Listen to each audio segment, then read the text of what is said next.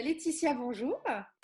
Bonjour Sandrine. Je suis ravie de t'accueillir et de faire cette interview avec toi. Merci de Euh, m'accueillir aussi, merci. le but de l'interview, Laetitia, comme je te l'avais dit, c'est vraiment pour nous de mettre les membres de la plateforme en visibilité, hein, en lumière. Ouais, Déjà, ça c'est un premier objectif. Et c'est aussi donner envie aux autres membres de partager et d'échanger avec toi. Et ça passe pour faciliter ça. C'est mieux quand même qu'ils apprennent à te connaître.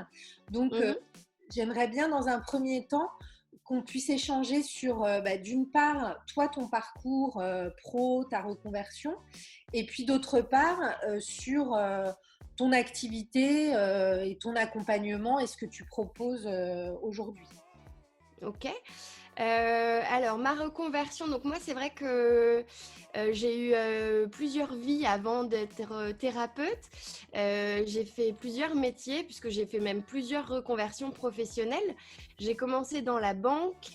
J'ai d'abord fait des études de philo, d'ailleurs, tu vois. Donc, la banque, la philo, on est sur deux valeurs complètement bien opposées. Ça va. Voilà, et puis après de la banque, je suis passée au droit. J'ai fait une formation pour être juriste.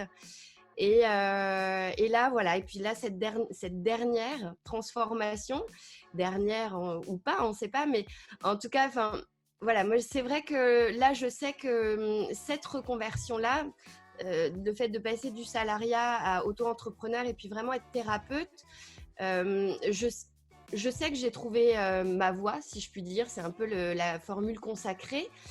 Mais c'est un processus qui m'a pris du temps. C'est-à-dire que j'ai commencé à me former pour être thérapeute et hypnothérapeute il y a 2 ans. Mais j'étais encore en train de travailler, j'étais encore en entreprise. Et il y a eu tout un processus pour la mise en place de la reconversion. Parce que, en plus, là, je voulais, entre guillemets, que ce soit la bonne, tu vois, si je puis dire. Et puis, je voulais que les choses soient bien faites, bien préparées. Donc, j'ai pris mon temps. Il faut être préparé pour bien accueillir ce changement de vie, en fait. Et toi, du coup, cette reconversion, comment t'en es venue à vouloir choisir ce secteur d'activité de la relation d'aide? Euh, alors, je pense que déjà, j'avais un peu en moi cette volonté, cette envie d'aider, tu sais, d'aller vers l'autre, etc. Un peu les profils comme la bonne copine qui est toujours à l'écoute, qui donne des conseils, etc. Et puis, en fait, un jour, j'ai eu une agression. J'ai subi une agression assez grave, puisque derrière, il y a eu un procès qu'il a fallu préparer, etc. Et en fait, à ce moment-là, déjà après l'agression, pour gérer le traumatisme, j'ai fait appel à l'hypnose. J'ai réussi à passer le cap, à passer au-delà du choc post-traumatique et de tout ce que ça avait engendré, de la dépression, de la dépréciation et puis de cette crise existentielle aussi à un moment, qui fait que quand tu as été confronté à une chose un peu difficile, tu remets beaucoup de choses en question. Et en fait, à partir de là, j'ai eu le déclic, je me suis dit, ok, mine de rien, j'ai quand même déjà vécu pas mal de choses dans ma vie. Euh, et je trouve que je suis légitime parce que je pense qu'il y a plein de gens autour de moi qui vivent aussi des choses difficiles. Et je me suis dit, ok, l'hypnose, c'est parti. Moi, ça a été vraiment une aide formidable. Je veux dire, ça m'a guérie, je vais mieux, je suis devenue plus forte, ça m'a ancrée plus profondément. Et en fait, à partir de là, je me suis dit, voilà, il faut que je fasse découvrir cette méthode. Mais je sais que j'ai ma part à faire et que les gens qui ont vécu des traumas, en tout cas, moi, c'est mon approche de l'hypnose. On parlait tout à l'heure, tu me demandais mon approche thérapeutique. C'est vrai que je me suis spécialisée plus dans les gros traumas, les traumas complexes. Euh, mais voilà, j'avais à cœur de faire en sorte que les gens soient mieux et que voilà, il puisse y avoir un élan parce que il y a aussi une autre part, et ça fait partie de mon accompagnement.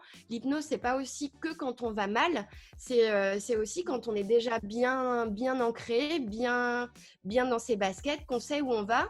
C'est aussi une technique pour sublimer encore plus ses capacités. Donc il y a aussi l'accompagnement sur toute une partie positive parce qu'on est aussi là pour créer du positif et quand il est déjà ancré chez les gens, tant mieux on y va et on le renforce en fait, tu vois. Voilà.